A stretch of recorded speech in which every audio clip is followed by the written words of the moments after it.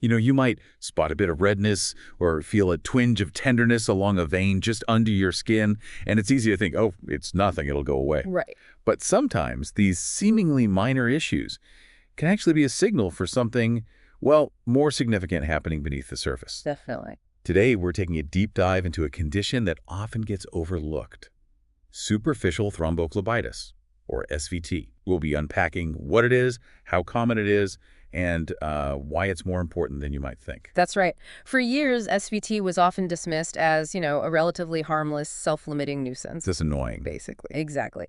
But our understanding has really evolved, and we now know it's not always that simple.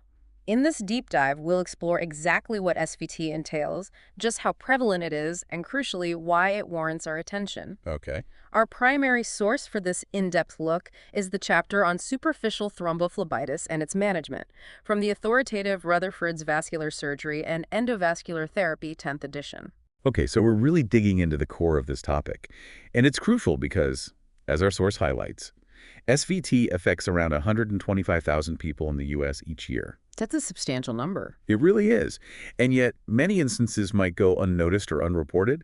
Historically, the potential dangers of SVT were underestimated, but now there's increasing evidence pointing to a connection with more serious conditions like deep vein thrombosis or DVT. That's a blood clot in a deeper vein. Oh, right, and even pulmonary embolism, or PE, where a clot travels to the lungs. Yeah, and what's fascinating here is how our perception of SVT has changed over time. Advances in diagnostic tools like duplex ultrasound, a special kind of imaging, and specific blood tests have really allowed us to better track how SVT develops and identify those underlying factors that can increase the risk of complications. So the tech helps us see more. Precisely. Our aim with this deep dive is to give you a clear picture of SVT. What triggers it, who's more susceptible, how it's diagnosed, and the current strategies for treatment.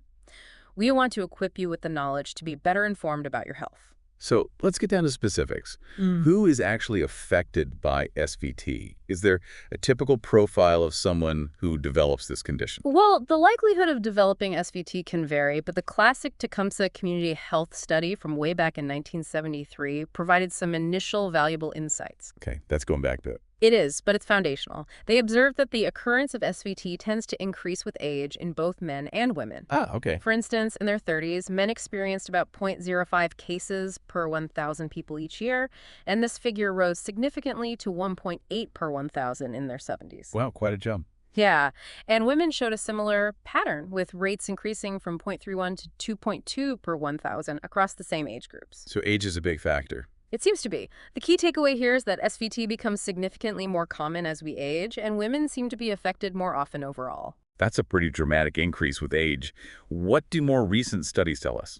Well, a more recent study conducted in Dutch primary care reported an SVT rate of approximately 1.3 cases per 1,000 person years. Okay. Interestingly, they also found that venous thromboembolic events, that's a general term for blood clots in veins, were more frequent in patients who had active cancer compared to those who only had varicose veins. Right, so cancer adds another layer of risk. It does. And generally speaking, studies do tend to show a higher overall occurrence of SVT in women. Looking at the broader population, the reported incidence of lower extremity SVT ranges from about 3% to 11%. Still quite a range. It is. And while it can happen in healthy veins, having varicose veins dramatically increases your risk. Okay, so age and being female seem to be contributing factors. Right. Our source also mentions different kinds of SVT. Can you elaborate on that? Yes, it's helpful to categorize SVT in a few different ways. It can occur either in veins that are already varicose, meaning enlarged and twisted, Right. or in veins that were previously normal. It can also be classified as primary, where the issue mainly involves the wall of the vein itself, or secondary, which might indicate a more widespread inflammatory process in the body. Okay, primary versus secondary. Exactly. Primary SVT most commonly affects the saphenous veins in the legs and also the cephalic and basilic veins in the arms. And where exactly are those saphenous veins? The greater saphenous vein, or GSV, that's the main superficial vein running along the inside of your leg, is affected in the majority of lower extremity cases, around 60% to 80%. Okay, the big one inside the leg. Right. The small saphenous vein, or SSV, which runs along the back of your calf, is involved in about 10% to 20% of cases, and in about 5% to 10% of instances, both legs are affected. And those varicose veins we mentioned earlier seem to have a significant connection. They certainly do. Individuals with varicose veins have a much higher likelihood of developing SVT. Much higher. Oh, yes. Reported rates vary quite a bit across studies, from about 4% up to as high as 62% in some cases. Wow, that's a really wide range. So what's actually causing this to happen? What's the underlying process that leads to SVT? Here's where we connect this to the bigger picture of how blood clots form in veins. The development of SVT, like other venous blood clots, is often explained by something called Virchow's triad. Virchow's triad, okay. Think of this as the three main things that make a blood clot more likely. Damage to the inner lining of the blood vessel. This can happen from trauma or the insertion of intravenous catheters. Like an IV line. Exactly. Then there's slow blood flow, which can occur in conditions like varicose veins, where blood doesn't circulate as efficiently. Makes sense. And third, blood that's more prone to clotting, which we call hypercoagulable states, often due to underlying medical conditions. So it's often a combination of these factors. Our source lists some specific hypercoagulable states. What are some examples? Exactly. These can include inherited conditions like factor V Leiden and prothrombin G mutation. Things you're born with. Right. Deficiencies in natural blood thinning proteins like protein C and S, abnormalities in antithrombin III, and also various cancers, both solid tumors and blood-related cancers. It's important to note that if someone develops SVT without an obvious trigger like an injury or varicose veins, a more thorough investigation for these underlying clotting disorders might be necessary. What about other more common things that might increase the risk? Yeah, there are several other factors. These include the use of oral contraceptives and hormone replacement therapy, Okay. pregnancy, obesity, prolonged periods of immobility such as during long flights or extended bed rest. Right, like we hear about with DVT. Precisely. Also, recent surgery or trauma, sclerotherapy treatments used for varicose veins, a previous history of venous thromboembolism, and even certain medications like diazepam, amiodarone, vancomycin, heroin, and some chemotherapy drugs. Quite a list. And the use of intravenous catheters, particularly if there's a bacterial infection involved, also significantly elevates the risk. It sounds like a pretty extensive list of potential contributors. Yeah. Our source also mentioned some links to autoimmune conditions. Yes, that's an important aspect. Patients with autoimmune disorders like systemic lupus erythematosus and certain types of vasculitis. Inflammation of the blood vessels. Exactly. Conditions like Behçet and Berger disease have also been found to be more susceptible to SVT. Interesting. For example, a study of patients with Behçet disease showed that over 14% had some form of vascular involvement, and of those, more than half experienced SVT. Wow. In Berger disease, the increased occurrence of SVT is likely related to the inflammatory process that affects the small arteries and veins in the extremities. Okay, so we have a better understanding of who gets SVT and what might be behind it. Now for the crucial question, why is SVT now considered a more significant health concern? What are the potential complications we need to be aware of? Right. The primary concern, and the main reason why our understanding and treatment strategies have changed, is the risk of the blood clot in the superficial vein extending into the deep veins. Okay, moving deeper. Exactly. This can lead to a DVT, and as we discussed earlier, that carries the risk of a potentially life-threatening pulmonary embolism. That's definitely concerning. Our source references several studies that really highlight this risk. Absolutely. The Changalis study, for instance, followed patients with SVT that was isolated to the superficial veins and who weren't receiving any blood-thinning medication. Right, untreated SVT. Yes. They found that in 11% of these individuals, the clot progressed into a deep vein. The most common scenario was SVT in the greater saphenous vein extending up into the common femoral vein, which is a major deep vein. So about 1 in 10 progressed. Roughly, yes. Another study that looked back at patient records indicated a 10-fold increased risk of developing a DVT in patients who had SVT compared to those who didn't. 10 times. Yeah. And a meta-analysis, which combines the results of multiple studies, estimated that without any specific pharmacological treatment, the rate of DVT or PE after SVT could be between 9.3 and 16.6 events per 100 person years.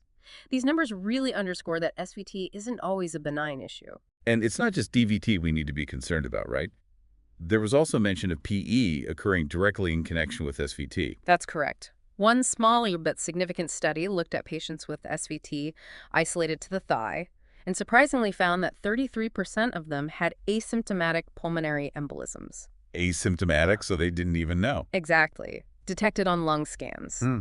This highlights that even if someone doesn't have obvious symptoms of a PE, the risk can still be present. That's quite sobering. It is. Mhm. The large POST trial, which involved over 800 patients with symptomatic SVT, found that nearly 25% of them experienced a confirmed DVT or PE. Quarter of them. Yes. And interestingly, in a notable proportion of those who developed a DVT, the deep vein clot wasn't directly connected to the superficial clot. That's quite eye-opening. And it sounds like even with treatment, the risk isn't entirely eliminated. Well, the POST trial also showed that even though the majority of patients received anticoagulant therapy, meaning blood thinners, Right. around 10% still experienced these thromboembolic complications. Their analysis identified certain factors that seem to increase this risk. Risk factors for complications. Yes, including being male, having a previous history of DVT or PE, a history of cancer, and the absence of varicose veins. Interesting. Yeah. The absence of varicose veins being a risk factor there. It is interesting. The ICAR-ARO study later confirmed that being male and having a history of cancer were also risk factors for SVT progressing to more serious events. Okay. Furthermore, a combined analysis of data from the POST and OPTIMA-V trials further emphasized that being male is a significant independent risk factor for the recurrence of venous thromboembolism after SVT. So it seems like certain patient characteristics can help us identify those at a higher risk. Mm. What else did the OPTIMA-V study reveal? The OPTIMA-V study provided more insight into risk factors for having a DVT present at the same time as the SVT. Concurrent DVT. Right. These included having SVT in veins that were not varicose, being older than 75, being hospitalized at the time of diagnosis, and having active cancer. So, non-varicose vein SVT pops up again as higher risk. It does. Interestingly, isolated SVT was associated with already being on anticoagulant treatment when the study began, and also with pregnancy or the postpartum period. They also found that while having SVT in non-varicose veins was a strong indicator of having a concurrent DVT, it didn't necessarily translate to a higher risk of negative outcomes like death or recurrent BTE in the following 3 months. Okay, so it's complex. It is. However, a follow-up analysis of the OPTIMA-V data indicated that cancer patients with SVT have a similar prognosis to those with DVT related to their cancer, suggesting they might benefit from longer periods of anticoagulation. And it appears that the presence of underlying hypercoagulable states also plays a role in the risk of complications. Absolutely. There's a growing awareness that individuals with hypercoagulable states, those conditions that make their blood more likely to form clots, are at higher risk of developing DVT and experiencing recurrent SVT.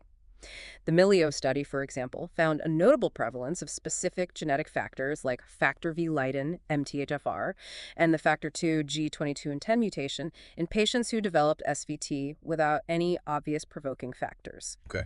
While that particular study's conclusions about the direct link to DVT extension were somewhat limited by the different treatment approaches used, other research does support the idea that both acquired and inherited thrombophilic disorders can be risk factors for SVT. So screening might be useful sometimes. Well, a 2014 analysis suggested that it might be beneficial to screen for these underlying clotting disorders in SVT patients who don't have varicose veins, a known malignancy, or an autoimmune disease, given their potentially higher risk of the clot progressing. It's interesting that our source also touches on the inflammatory aspect of SVT. Yes, while much of the research on the underlying mechanisms has focused on DVT, a study by Poredu and colleagues found elevated levels of inflammatory markers in patients who had acute SVT. Okay, inflammation markers. Yeah, and these markers even seem to correlate with how well the blood clot dissolved and the vein reopened over time.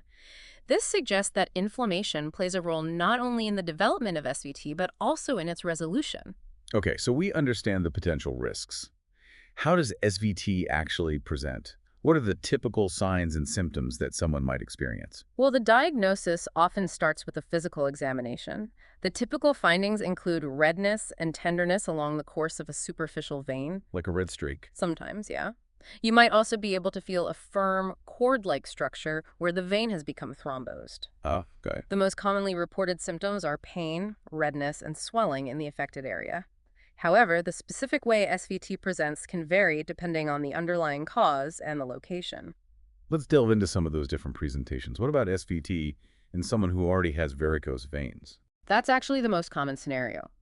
Interestingly, it's been reported that patients who develop SVT in varicose veins may have a lower risk of developing a DVT compared to those who develop SVT in veins that were previously healthy. That seems counterintuitive again. It does, doesn't it?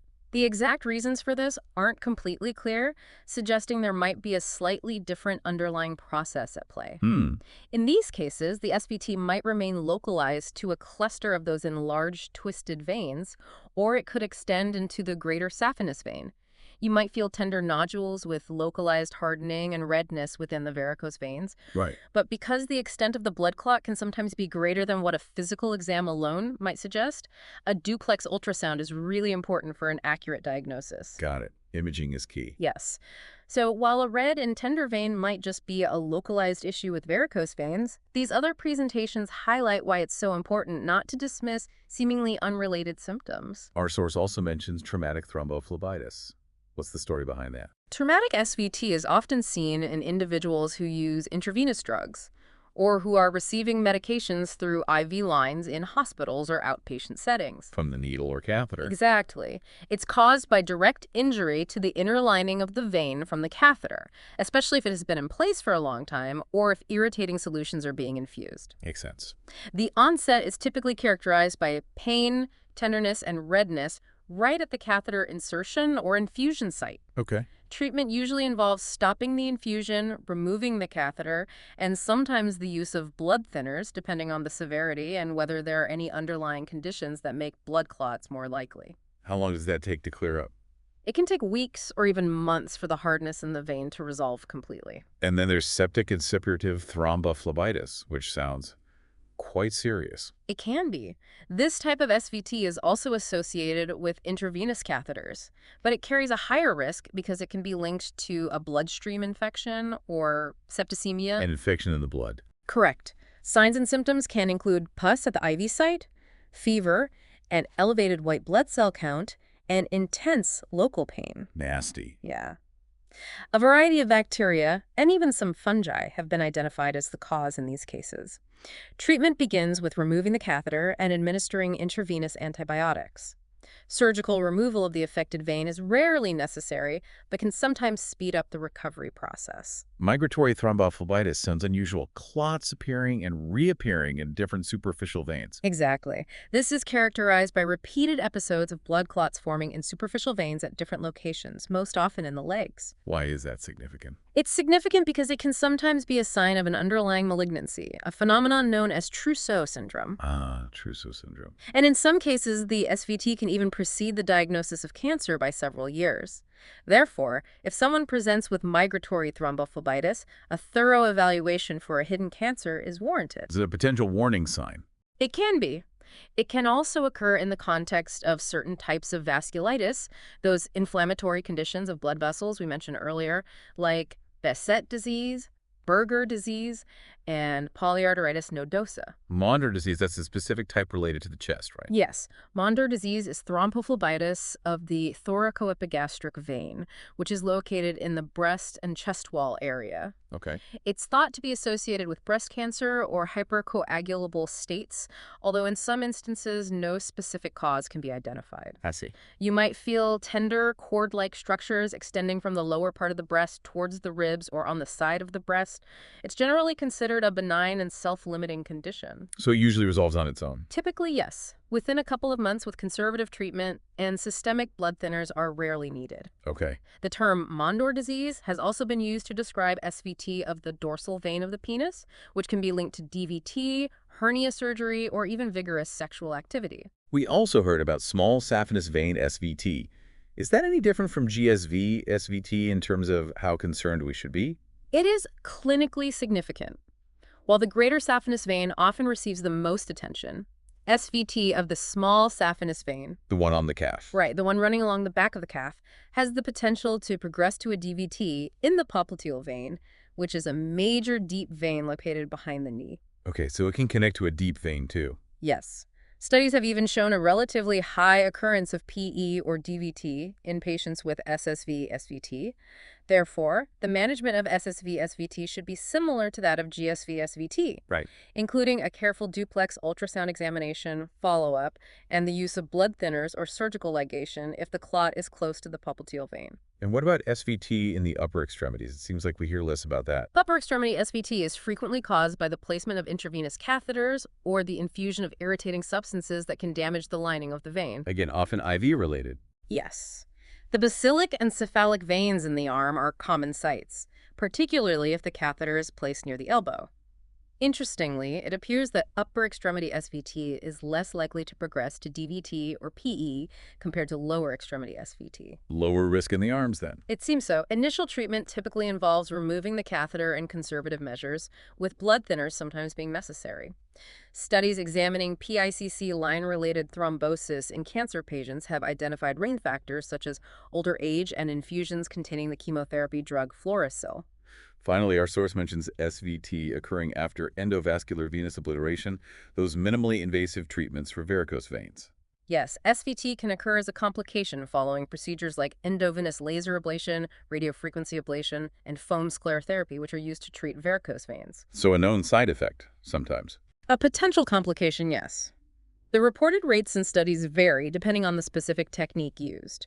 For example, some studies have indicated lower rates after radiofrequency ablation compared to endovenous laser ablation or foam sclerotherapy. It's something patients undergoing these procedures should be aware of. Okay, so given all these different ways SVT can manifest, how is it actually diagnosed? Well, the initial diagnosis is primarily based on recognizing those clinical and physical signs we've just discussed, the pain, redness, tenderness, and that palpable cord along a superficial vein. The clinical picture. Right. Typically, the inflammatory reaction will last for a couple of weeks, and then the vein will either become scarred and firm, or the blood clot will dissolve and the vein will reopen over the following weeks. But you said imaging is important. Yes, because of the potential for a coexisting or developing DVT or PE, further imaging is really important. Studies have demonstrated that ultrasound often reveals a greater extent of the blood clot than what is appreciated on physical examination alone. So you might miss how bad it is just by looking or feeling. Exactly. So imaging is key. What's the preferred diagnostic test? Duplex ultrasound scanning has become the initial test of choice for both diagnosing DVT and evaluating SVT. The ultrasound. Yes. It's reliable, non-invasive, it can be repeated for follow-up, and it allows for accurate assessment of the location and extent of any blood clot in both the superficial and deep venous systems. What about other tests, like venography? Venography, which involves injecting a contrast dye into the veins, is generally not the first choice anymore because ultrasound is so effective, and venography itself can sometimes contribute to inflammation of the veins. Okay, so ultrasound is the go-to. Pretty much. And D-dimer levels, a blood test often used to help rule out DVT, are not particularly helpful in diagnosing SVT. Not useful here. Not really. Blood tests in SVT patients should really be directed at identifying those underlying hypercoagulable states or potential malignancies, especially if the SVT occurs in the absence of varicose veins. All right, we know what it is, who gets it, what causes it, the potential complications, how it presents, and how it's diagnosed. Now, what can be done about it? What are the current treatment strategies for SVT? Treatment really depends on the underlying cause and the location of the SVT. The main goals are to alleviate those acute symptoms like pain and redness. Symptom relief. Right. And most importantly, to prevent serious complications such as DVT, PE, and the spread or recurrence of the SVT itself. Preventing progression. Exactly. Historically, treatment decisions were largely guided by how close the blood clot was to the deep veins. However, the approach has evolved from primarily surgical interventions to a greater emphasis on medical treatment. More drugs, less surgery now. Generally, yes, particularly with the advent of low molecular weight heparin or LMWH. Great. While measures like applying warm compresses and wearing compression stockings are often recommended to help with symptom relief. Does that stuff work? Well, the scientific evidence supporting their effectiveness is somewhat limited, although one study did suggest that compression might speed up the regression of the blood clot, so likely helpful for symptoms. Let's delve into the medical treatments. Our source discusses LMWH and the newer direct oral anticoagulants, or DOAs, quite extensively. Yes, the Stenix trial was a really significant study. It demonstrated a substantial risk of DVT and SVT extension in patients who did not receive any medical treatment. The untreated group. Right. And it showed that LMWH, whether given in a prevented or a therapeutic dose, was effective in reducing these thrombotic complications. So LMWH helps prevent progression. It does. The Vascular trial then compared preventative and therapeutic doses of another LMWH called nadroparin and found no significant difference in the occurrence of VTE complications at 3 months. Okay, so maybe dose isn't always critical between those two levels. Potentially. Then the Callista study investigated fondaparinux, another type of injectable anticoagulant, Fondaparinux. and found it to be superior to a placebo in reducing symptomatic VTE, death, the extension of SVT towards a major vein junction, and the recurrence of SVT. So fondaparinux looks good too. Yes. A further analysis of the Callisto data highlighted the risk of SVT extension in the group that received the placebo and the effectiveness of fondaparinux in preventing DVT and PE. And what about how long treatment should last? Sound like that's an important consideration. It is indeed. The Rathbun trial compared a shorter course of the LMWH dalteparin to ibuprofen. LMWH versus an NSAID. Right. And found that while dalteparin did reduce the extension of the blood clot at 14 days, there was no difference at 3 months, suggesting that perhaps 14 days of treatment might not be long enough in some cases. Interesting. So duration matters. It seems so. Another study found that a longer duration of treatment with the LMWH tinzaparin, 90 days compared to 60, led to a reduced risk of recurrent thrombosis even a year later. Longer might be better sometimes. Potentially. More recently, the STEPH-LEX study compared different doses and durations of the LMWH parnaparin and concluded that an intermediate dose given for 30 days was more effective than shorter or preventive doses. So 30 days intermediate dose was the sweet spot there. In that study, yes. An additional analysis of the STEPH-LEX data also identified risk factors for recurrent events that might warrant more intensive or longer-term anticoagulation. Okay. What about the newer pills, the DOACs? Right. The surprise trial showed that the oral DOAC rivaroxaban was not inferior to fondaparinux for the primary outcome of recurrent VTE and mortality in patients with SVT. Rivaroxaban, one of the common ones. So it works similarly to fondaparinux. Appeared non-inferior, yes. There's also an ongoing clinical trial in Canada comparing rivaroxaban to a placebo, the RACET trial. RACET. So we will likely have more information about the role of DOX in treating SVT in the near future. So it seems like anticoagulation is a central part of treatment. What about nonsteroidal anti-inflammatory drugs, or NSAIDs, like ibuprofen?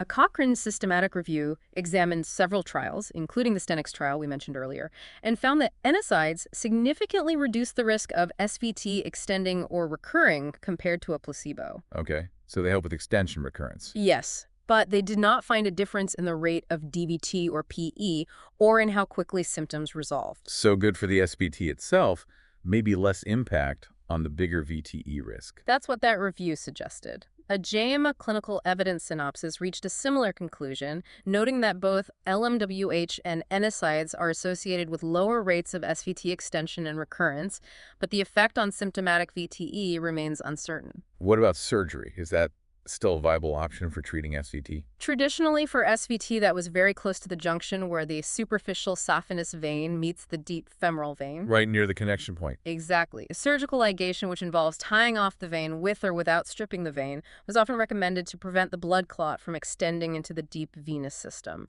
The old standard approach. Pretty much. However, there haven't been many recent randomized controlled trials specifically evaluating surgery for SVT. One older study with multiple treatment arms suggested that compression alone and ligation alone were associated with higher rates of SVT extension compared to medical therapy, or a combination of surgery and medical therapy. But you mentioned limitations. Yes, that study had some limitations in its design and how broadly its findings could be applied. Another study comparing surgical disconnection at the saphenofemoral junction to treatment with the LMWH enoxaparin did not find a statistically significant difference in the rates of VTE. So similar outcomes. Statistically, yes, but the surgical group did experience a higher rate of wound infections. Surgical complications. Right. A systematic review also did not show a significant difference in outcomes between ligation and treatment with heparin, followed by a vitamin K antagonist, but it did note a rate of surgical complications. So it sounds like medical treatment is usually preferred now. Yes. While surgery might still have a role in very specific situations, medical management has largely become the primary approach for treating SVT. Our source also briefly mentions topical therapies. Creams and gels. Are those effective for SVT? A Cochrane review did include some studies on topical treatments. One small trial compared a heparin spray to LMWH and found comparable regression of the blood clot, but surprisingly more cases of DVT in the spray group. More DVT with the spray. That's odd. It was a small trial, but yes, concerning. A more recent study comparing different topical heparin formulations found one to be associated with less inflammation of the veins caused by infusion. Okay. Other topical treatments, such as gels containing diclofenac or atofenac, have shown some benefit in reducing local signs and symptoms like pain and inflammation. So they help with the local feeling. Yes, but these studies haven't really looked at their impact on the risk of VTE or the extension of SVT.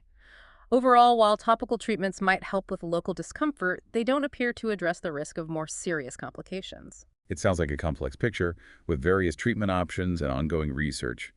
What are the current guidelines recommending for the treatment of SVT?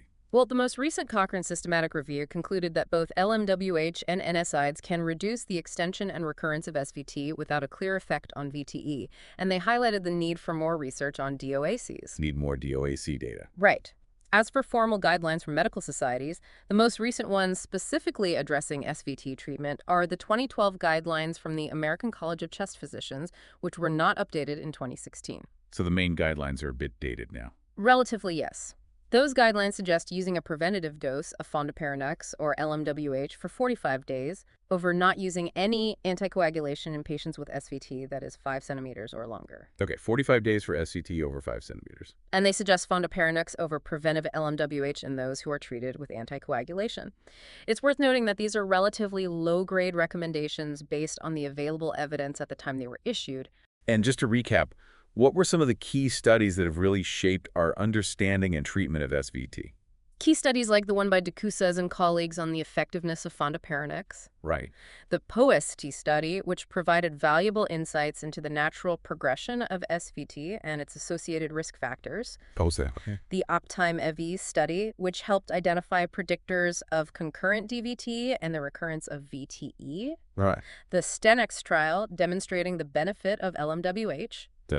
And the Vascular trial, comparing different dosages of LMWH, have all been instrumental in the evolution of our approach to managing SVT. So to bring it all together, what's the main message you want to leave our listeners with today? The key takeaway really is that superficial thrombophlebitis is not always a benign condition. Not just a nuisance. Exactly. It carries a real risk of serious complications, particularly the extension of the blood clot into the deep veins, which can lead to DVT and potentially PE. It's crucial to be aware of the risk factors, understand the various ways SVT can present, and recognize the importance of proper diagnosis using duplex ultrasound. And in terms of treatment? The current treatment approach emphasizes the effectiveness of low molecular weight heparin in reducing the risk of these complications. Direct oral anticoagulants like rivaroxaban are also emerging as less burdensome treatment options. Easier pills, potentially. Yes. Non-steroidal anti-inflammatory drugs can be helpful in managing local symptoms. The duration of treatment is still an area of ongoing discussion and likely needs to be tailored to the individual patient and their specific risk factors. It's certainly a more intricate issue than it might initially seem. So, as we conclude this deep dive, here's something for you to think about. Given this increasing awareness of SVT and the evolving treatment strategies, what further research or changes in clinical practice do you believe are most needed to continue improving outcomes for individuals affected by this condition? That's a great question to ponder. We encourage you to explore the sources we've discussed and, as always, consult with healthcare professionals for personalized advice.